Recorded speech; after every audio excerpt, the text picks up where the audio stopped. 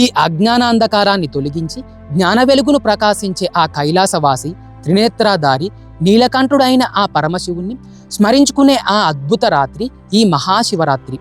ఆ శివుడి కృప మీ అందరి జీవితాల్లో సుఖ సంతోషాలు నింపాలి అని కోరుకుంటూ మరొక్కసారి మీ అందరికీ ఈ మహాశివరాత్రి శుభాకాంక్షలు.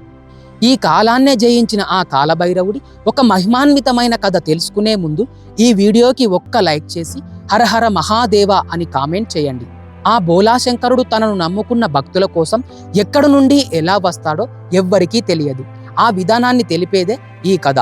దక్షిణ కర్ణాటకలో నిజంగా జరిగిన స్టోరీ. దక్షిణ కర్ణాటకలో ఓ భక్తుడు ఉండేవాడు.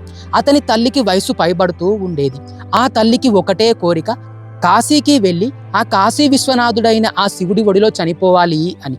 అప్పుడు ఆ తల్లి తన కొడుకుతో, దయచేసి నన్ను కాశీకి తీసుకువెళ్ళు నాయన, నేనక్కడ చనిపోవాలి అనుకుంటున్నాను అంటుంది. ఆ తల్లి తన జీవితంలో తన కొడుకుని అడిగిన ఒకే ఒక్క కోరిక అది. అప్పుడు అతను కాదనలేక తన తల్లిని తీసుకొని దక్షిణ కర్ణాటక నుండి కాశీకి కాలినడకన అడవుల గుండా సుదీర్ఘ ప్రయాణాన్ని మొదలు పెడతాడు. అలా కొన్ని రోజులు గడిచాక ఆవిడ ముసలావిడ కావడంతో ఆమెకు జ్వరం వస్తుంది. అప్పుడు అతను చేసేదేం లేక తన తల్లిని తన భుజాలపై వేసుకొని నడవడం మొదలు పెడతాడు. అలా కొంత దూరం వెళ్ళాక అతడి శక్తి కూడా క్షీణిస్తుంది. ఇక తన ప్రయాణంలో తనకు తోడున్నది ఒక్క శివుడు మాత్రమే.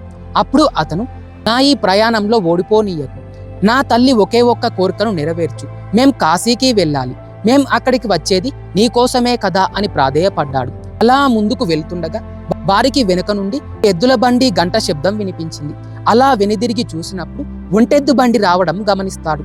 అలా ఆ పొగ మంచుల్లో నుండి అతను కప్పుకున్న వస్త్రాల వల్ల ఆ బండి నడిపే అతని ముఖం ఇతను చూడలేదు. అయినా ఒంటెద్దు బండిని చిన్న చిన్న ప్రయాణాలకు మాత్రమే వాడతారు.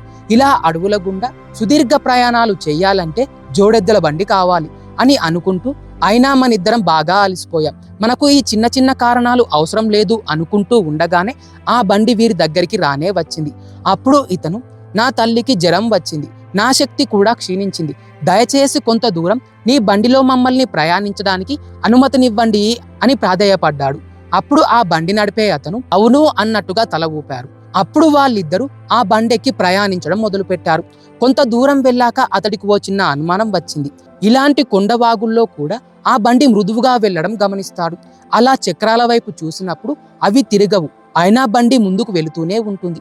ఎద్దు వంక చూస్తాడు, ఆ ఎద్దు పడుకొని ఉంటుంది, అయినా బండి ముందుకు వెళుతూనే ఉంటుంది. ఒకసారి ఆతృతగా ఆ బండి నడిపే అతని ముఖం ప్రత్యేకంగా చూస్తాడు. అప్పుడు వస్త్రాలు తప్ప లోపల ఏమీ లేదు. అప్పుడు భయంతో తన తల్లి వంక చూస్తాడు. అప్పుడు ఆ తల్లి, ఇంకా అర్థం కాలేదా నాయన, ఆ శివుడే మన కోసం వచ్చాడు, ఇక మనం ఎక్కడికి వెళ్ళవలసిన అవసరం లేదు అని, నేను కూడా ఇక్కడే శరీరాన్ని వదిలేస్తాను అని చెప్పి ఆ తల్లి అక్కడే తన శరీరాన్ని వదిలేసింది. అప్పుడు తన కొడుకు కన్నీళ్లతో ఆ శివుడికి నమస్కరించి తన గ్రామానికి వెళ్ళిపోయాడు. అతను తన గ్రామాన్ని చేరగానే ఆ గ్రామ ప్రజలు, ఇతనేంటి ఇంత త్వరగా వచ్చాడు, తన తల్లిని అడవిలో వదిలేశాడా, లేక భారం ఎందుకని ఎక్కడైనా చంపేశాడా అని నిందలు వేసాగారు. అప్పుడు అతను, మేం ఎక్కడికి వెళ్ళనవసరం లేకుండానే ఆ బోలాశంకరుడే మా కోసం వచ్చాడు అని చెప్పాడు. అప్పుడు గ్రామ ప్రజలు, ఇదంతా చెత్తవాగుడా అని అన్నారు.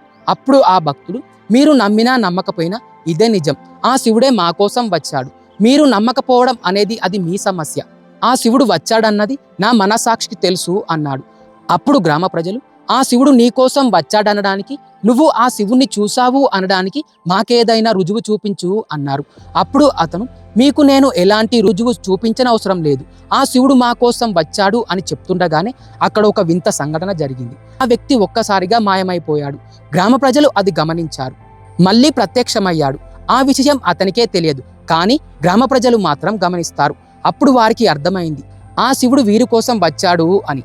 అప్పుడు ఆ భక్తుడు దక్షిణ కర్ణాటకలో పెద్ద ముని అయ్యాడు.